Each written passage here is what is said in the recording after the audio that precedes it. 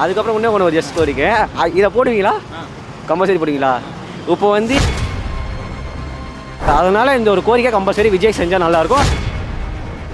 இப்போ 4 வருஷமாக ஆட்சியில் இருந்தாங்க, ரோடு இல்லை, இப்போ தான் போடுறாங்க. ஏன்னு சொல்லுங்கள். அப்புறம் வந்து அரசியல் காலத்தில் வந்து விஜய் தான் ரொம்ப தெரியும். அவருக்கு பயமே இல்லைங்க, எல்லாம் பயப்படுறாங்க. இதுக்கு முற்றிலும் பார்த்தீங்கன்னாக்க கொள்கை இல்லாத ஒரு இயக்கம்.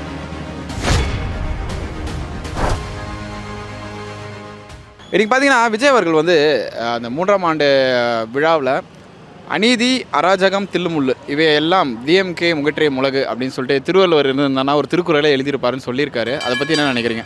அவங்க வந்து எப்படின்னா அவங்க தாக்காமல் வந்தால் விஜய் வந்து பேச மாட்டார். விஜய் வந்து பேச மாட்டார். இவங்க வந்து ஆப்போனண்ட் வந்து பேசுனால தான் விஜய் வந்து பேசுகிறார். அவர் பேசுகிறது தான் அவர் மற்ற நாள் பேசுகிறார். அவர் வரும்போது அப்படி பேசுகிறாரு. நல்லா இருந்தது, நல்லா பேசுகிறார். இன்றைக்கி திருவள்ளூரே இருந்திருந்தால் இன்றைக்கி நடக்கிற ஒரு அநீதியை வந்து திமுகவுக்கு சாதகமாக தான் எழுதியிருப்பார் தான், எழுதியிருக்க மாட்டாருன்னு நீங்கள் சொல்ல வரீங்களா?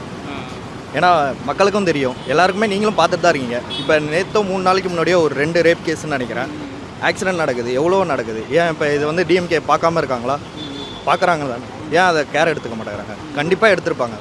திருவள்ளூரும் எழுதுவார் தான், எழுத மாட்டாருன்னு நம்ம சொல்ல முடியாது. யாராக இருந்தாலும் எழுதுவாங்க தான். எங்கள் ஊரில் இப்போ கடைசியாக வந்து ரோடு போடவே இல்லை, இப்போ தான் ஸ்டார்ட் பண்ணியிருக்காங்க ரோடு. நான் வந்து கடலூர் டிஸ்ட்ரிக்டில் நீங்கள் வந்து பார்த்தீங்கன்னா இவ்வளோ நாளாக இப்போ 4 வருஷமாக ஆட்சியில் இருந்தாங்க, ரோடு இல்லை, இப்போ தான் போடுறாங்க. ஏன்னு சொல்லுங்கள், அரசியல் வருது, அதனால தான் பண்ணுறாங்க. அப்புறம் அந்த மாதிரி நிறைய ஏரியாவில் அந்த மாதிரி தான் பண்ணிட்டு இருக்காங்க. இப்போ தான் ரோடெலாம் க்ளீன் பண்ணுறாங்க சில ஏரியாவில். ட்ரைனேஜ்லாம் இப்போ தான் வந்து இது பண்ணிக்கிட்டு இருக்காங்க. நிறைய எலெக்ஷன் வந்தால் தான் பண்ணுவாங்க அரசியல்வாதிங்க, அது எல்லாத்துக்குமே தெரிஞ்சது தான். ஒரு மாற்றம் தேவைப்பட்டது. அந்த மாற்றம் யார் மூலயமா வந்தது? ஒரு திராவிட இயக்கங்கள் உருவானது. அந்த திராவிட இயக்கத்தினால தான் ஒரு மாற்றத்தை உருவாக்க முடியுது. அந்த மாற்றம் வந்து என்னன்னு கேட்டாக்கா மக்களிடத்தை போய் சேர்றதுக்கு 100 வருஷம் ஆயிடுச்சு.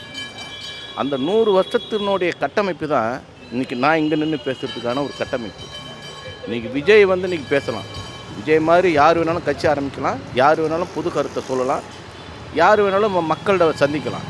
ஆனால் ஒரு தனி மனிதனுடைய தாக்குதல் இருக்குது பற்றியா, அது இருக்கக்கூடாது. இப்படி பார்த்தா விஜய் ஃபேன்ஸ் எல்லார் வீட்லையும் இருப்பாங்கன்னு நம்ம சொல்ல முடியாது. ஆனால் விசில் சின்னம் எல்லார் வீட்லையும் சேர்ந்துருக்கலாம். அவர் இப்போ இல்லை, அவர் எப்போலேருந்தோ வந்துட்டு தான் இருக்கார். ஏன்னா விஜய் ஃபேன்ஸ் எல்லாருக்குமே தெரியும், அவரை ஃபாலோ பண்ணுறவங்க எல்லாத்துக்குமே தெரியும். இல்லை, அவர் நிறைய இதில் வந்துட்டு தான் இருக்கார். காவேரி பிரச்சனையிலேருந்து சரி, தமிழர் இனம் அந்த இனப்படுகொலை எல்லாத்துக்குமே வந்துட்டு தான் இருக்கார். வாய்ஸ் ஓவர் அப்பையிலேருந்தே கொடுத்துட்டு தான் இருக்கார். அவர் வாய்ஸ் கொடுத்துட்டு தான் இருக்கார். நடுவில் அனிதா, நீட் இஷ்யூ, அப்புறம் அந்த தூத்துக்குடி ஸ்டைலில் எல்லாத்துக்குமே போயிட்டு தான் இருக்கார். அவர் வரலன்னு நம்ம சொல்ல முடியாது. இப்போ அவர் எதனால் வரலன்னு நீங்கள் கேட்குறீங்கன்னா, அவருக்கு வந்து ஆல்ரெடி நிறைய ப்ராப்ளம் கொடுத்துட்டு தான் இருக்காங்க. அவரே சொல்லிட்டாரு, கரூர் இன்சிடெண்ட்டை நான் எதிர்பார்க்கவே இல்லை. அவரோட நிலைமையிலேருந்தும் நம்ம யோசிச்சு பார்க்கணும்ல.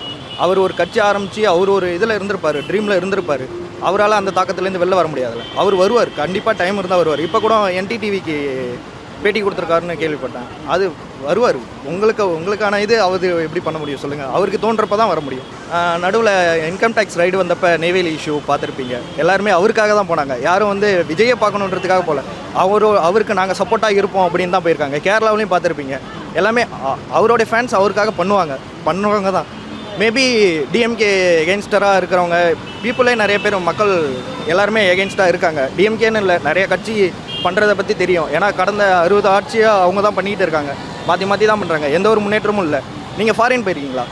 ஃபாரினுக்கும் நம்ம கண்ட்ரிக்கு எவ்வளோ டிஃப்ரெண்ட் இருக்குது நீங்களே பாருங்கள். எவ்வளோ டேட்டியாக இருக்குது, எல்லாமே தெரியும் உங்களுக்கு. பண்ணுற மாற்றம் வேணும்னு தான் நினைக்கிறாங்க எல்லாருமே. மாற்றுக்கட்சி எதிர்பார்ப்பாங்க. அவங்கள இயக்கமாக இருந்தப்போ நிறைய பண்ணிட்டு தான் இருந்தாங்க, அது எல்லாத்துக்குமே தெரியும்.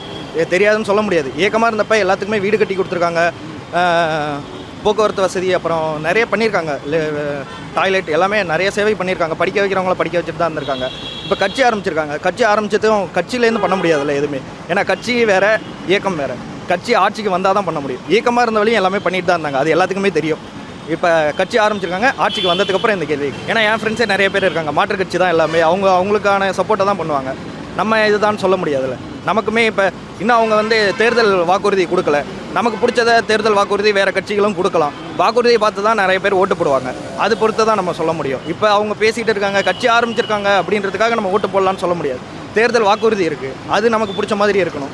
அதை பொறுத்து தான் நம்மளும் ஓட்டு போடுவோம் அப்படின்னு சொல்ல முடியும். மேபி விஜய் வந்தாலே எல்லாருக்கும் எல்லாருக்கும் நல்லா தான் இருக்கும்.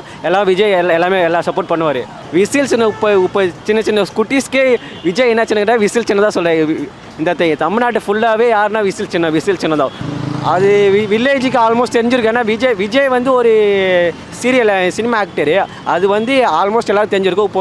இப்போ ஜஸ்ட் நோ சிஎம் ஆகுறாங்களே ஸ்டாலினா, அவரும் கிராமத்து ஃபுல்லுமே எல்லாருக்கும் தெரிஞ்சிருக்கும். விஜயும் தெரிஞ்சிருக்கேன். ஏன்னா இவர் வந்து அரசியல் இருக்கிறதுனால எல்லாருக்கும் தெரிஞ்சிருக்கும். அவர் சினி ஃபீல்டில் இருக்கிறதுனால எல்லாருக்கும் எல்லாம் தெரிஞ்சிருக்கும். யார் வந்து எந்தெந்த ஃபீல்டில் இருக்கிறாங்களோ எல்லாருக்கும் தெரிஞ்சிருக்கும். அப்படிலாம் யாரும் சொல்லக்கூடாது சார். ஒரு 80% அது போல் ஒர்க், 80% 70% அது போல் ஒர்க் அவுட் ஆகும் விஜய் வரதுக்காக. எப்படி சொல்லணும்னா, மக்கள் வந்து அந்தளவுக்கு விஜய் சப்போர்ட் பண்ணுறாங்க. எல்லா இதுவும் நடக்குள்ளே, அவரோட பட்டிமன்ற நடக்குள்ள எல்லாமும் மக்களுக்கு கோடிக்கணக்கில் போகிறாங்க. நம்மளுக்கே தெரியும், நியூஸில் கூட பார்த்துருவேன், கோடிக்கணக்கில். அதனால் விஜய் வருவானு நம்பிக்கை, அவ்வளோதான். அது வந்து மக்கள் வந்து கரெக்டாக இருக்கணும். அது விஜய் வரணுமா இருக்கணும், அது வந்து மக்கள் தான் டிசைட் பண்ணணும். இப்போ வந்து டிஎம்கே ஏடிஎம்கே அது வந்து மக்கள் தான் டிசைட் பண்ணணும். நம்மளால் எதுவும் டிசைட் பண்ண முடியாது. அதுக்கப்புறம் இன்னும் ஒரு ஜஸ்ட் கோரிக்கை, இதை போடுவீங்களா? கம்பல்சரி போடுவீங்களா? சிஎம் சார் வந்து 3rd இயர்க்குலாம் லேப்டாப் கொடுத்துறாங்க. அம்மா ஆட்சியில் வந்து 2013 வந்து அம்மா வந்து 12th to 12th லேப்டாப் கொடுத்தாங்க. இப்போ வந்து ஸ்டாலின் சார் இருக்கிறார்ல, அவர் வந்தார். இப்போ அவர் வந்த எலெக்ஷனில் 4 வருஷம் ஆச்சு. 4 வருஷம் லேப்டாப் கொடுத்துக்கல. அப்போ எங்களுக்குலாம் யூஸ் ஆகிருக்கல. இப்போ அவர் வந்து எலெக்ஷன் நெருக்கத்தில் அவர் வந்து லேப்டாப் தராரு. அப்போ வந்து எனக்குலாம், நான் வந்து 2025 பேட்ச், நான் வந்து 12th எனக்கு லேப்டாப் தரல. நீங்கள் என்ன பண்ணணும்னா, 2025 பேட்ச் வந்து யார் காலேஜ் முடித்தாங்களோ அவங்களுக்கு வந்து விஜய் வந்து விஜய் வந்து அரசியல் வரக்குள்ள இந்த பேட்சுக்கு லேப்டாப் தர, அந்த பேட்சுக்கு லேப்டாப் கொடுத்தா எனக்கு சந்தோஷம் சார். ஏன்னா நான் வந்து 12th லேப்டாப் வாங்கலை, காலேஜிலும் லேப்டாப் வாங்கலை. ஏன்னா எங்கள் இதுவில் லேப்டாப் தர. அதனால் இந்த ஒரு கோரிக்கை கம்பல்சரி விஜய் செஞ்சால் நல்லாயிருக்கும். அப்படி வந்து விஜய் செய்யலாம் கூட பரவாயில்ல. இப்போ 2026 வந்து யார் சிஎம் வந்தாலும் லேப்டாப் கொடுத்தா நல்லாயிருக்கும் சார். ஏன்னா எங்களுக்கும் எஜுகேஷன் இருக்கும். நானும் இப்போ வந்து பிஜி படிக்கிறேன் தான். இப்போ வந்து எங்கள் செட்டுக்கு லேப்டாப் இல்லை. அப்போ எங்களுக்கும் மன கஷ்டம் இருக்காதா? இப்போ எங்கள் ஜூனியர் வாங்கிட்டாங்கன்னா அப்போ நாங்கள் என்ன பேச பண்ணுறது? அப்போ அம்மா காலச்சுனா மொத்தமாக 9 வருஷம் கொடுத்தாங்க. 9 வருஷம் கொடுத்தாங்க. இப்போ சிஎம் வந்தார்ல, இந்த வருஷம் வந்து அவர் இந்த வருஷம் மட்டும்தான் தராரு. அது எப்படி சார்? அது நான் நீங்களே சொல்லுங்கள்.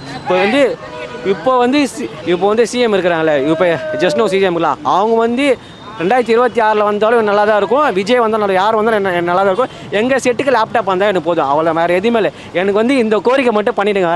யார் சிஎம் வந்தாலும் 2022 to 25 பேட்ச் யார் காலேஜ் முடித்தாங்களோ அவங்களுக்கு மட்டும் லேப்டாப் கொடுத்தா நல்லாயிருக்கும். ஏன்னா எங்கள் செட்டுக்கு தான் லேப்டாப்பே ஒன்றும் வரல. இவங்களுக்கு மட்டும் இது கொடுத்தா போதும், வேறு எதுவுமே தேவையில்லை எனக்கு. இல்லை, இதுக்கப்புறம் வந்து அரசியல் காலத்தில் வந்து விஜய் தான் அது. ஏன்னாச்சு இப்போ வர அரசியல் எல்லாம் பண்ணிகிட்ருக்காங்க. இப்போ எதிர்கட்சி தலைவர், இப்போ மக்களுக்கே தெரியும் அது. ஆனால் சிஎம் வந்து விஜய் தான். அப்படி சிஎம் ஆக முடியலன்னா கண்டிப்பாக எதிர்கட்சி தலைவர், அதில் மாற்றமே இல்லை.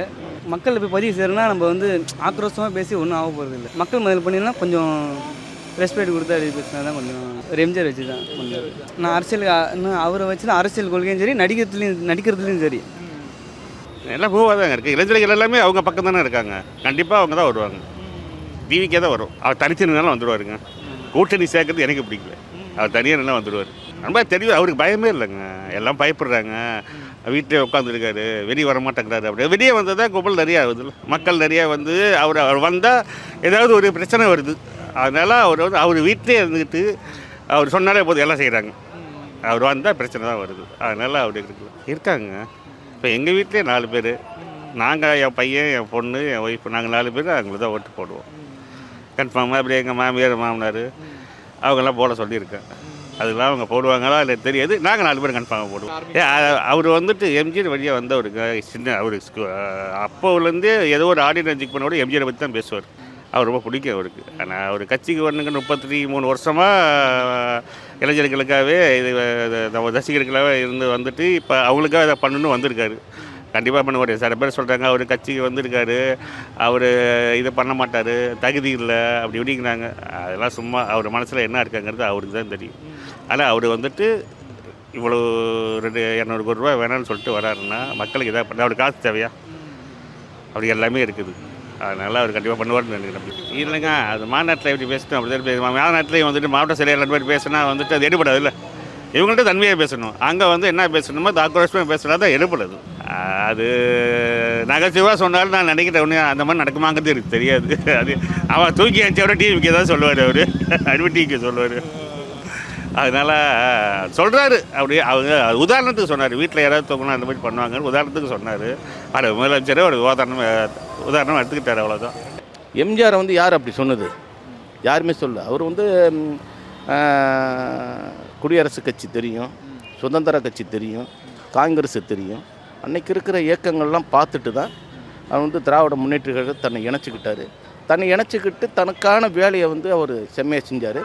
கருத்து வேறுபாடு அதன் மூலமே வெளியில் வந்தார். அவருடைய திறமையை வெளிப்படுத்தினார். மக்களை ஆதரவு செஞ்சு அவரும் ஒரு 11 வருஷம் 3 முறை வெற்றி பெற்று 11 வருஷம் ஆட்சியும் செஞ்சுட்டு போயிட்டார். அப்போ எம்ஜிஆரை சொல்லியிருக்காங்கன்னு சொன்னாக்க எம்ஜிஆர் நீங்கள் ஒன்றா, எம்ஜிஆரோட அழகு என்ன, அவருடைய அறிவு என்ன, அவர் வந்த வழிகள் என்ன, அவர் வறுமையை தினந்தோறும் சந்தித்து வந்தவர். நீ வறுமையை பார்க்கல, உங்கள் அப்பா சம்பாதிச்சார், உங்கள் அப்பா இயக்குனர் ஆனார், உங்கள் அப்பாவோட இயக்கத்தில் நீ அறிமுகமான நீ இன்றைக்கி சம்பாதிச்ச தேவைக்கு அதிகமான சொத்துகள் சேர்த்துட்ட. இன்றைக்கி உலகம் பூரா இன்றைக்கி வந்து உனக்கு சொத்துகள் இருக்குது, வருமானம் இருக்குது. வருமானத்தை வச்சுக்கிட்டு அதை காப்பாற்றுறதுக்கான ஒரு தருணத்தை எதிர்பார்த்துக்கிட்டு இருந்தேன். இன்றைக்கி அதுக்கு ஒரு நெருடல் ஏற்பட்டு நீங்கள் ஏற்க ஆரம்பிச்சுட்டு இன்றைக்கி வந்துட்டேன். எம்ஜிஆர் அப்படி கிடையாது. உனக்கு கைத்தட்டுறதுக்கு அந்த வரலாறு என்ன இருக்குது, என்ன உனக்கு என்ன புரிதல் என்ன இருக்குது, என்ன கருத்தியல் இருக்குது, எதுவுமே இல்லையே. பேர் புகழ் பணம் இதை வச்சுக்கிட்டு தற்கூரி கூட்டத்தை வச்சுக்கிட்டு நீ பேசிகிட்டு இருக்கிற. அதனால் வந்து எது சொன்னாலும் விஜயோடைய ஆர்எஸ்எஸ் கைக்கூலி தான். ஏன்னா விஜயகாந்துக்கு ஒரு பேரும் புகழ் இருந்தது. அவர் செஞ்ச செல்வாக்கோட உனக்கு செல்வாக்கு கிடையாது. அவர் மக்களுக்கு அள்ளி கொடுத்தாரு, அரவணைச்சார், எல்லாம் பண்ணார். அவராலே வர முடியல. இப்படியே ஒரு மனிதனையால் முடியல. நீ என்ன அரசியலை பற்றி என்ன தெரியும்? இதுக்கு முற்றிலும் பார்த்தினாக்க கொள்கை இல்லாத ஒரு இயக்கம் தாவேக்கா. ஒரு நிரந்தரமான ஒரு கருத்தியல் இல்லாமல், அதாவது சொல்லாற்றல் இல்லாமல், பேச்சாற்றல் இல்லாமல், கருத்தியல் இல்லாத ஒரு கும்பல்கிட்ட சேர்ந்து சிக்கிக்கிட்டு இருக்கிற ஒரு நபர் தான் விஜய். இவரை கொண்டு போய்ட்டு தமிழ்நாடு கடகோடி மக்கள் வேணால் விசில் அடிக்கலாம் செல்வாருக்குன்னு. தேர்தல் வரும்போது, வாக்கு சீட்டு வரும்போது தேர்தல் அங்கே தான் கணிப்பாங்க. அன்னைக்கு தெரியும் இவருடைய செல்வாக்கு என்னன்னு. கண்டிப்பாக 2026 நடக்கக்கூடிய தேர்தலில் திமுக தான் வெற்றி பெறும். அதில் எந்த மாற்று கருத்தும் கிடையாது.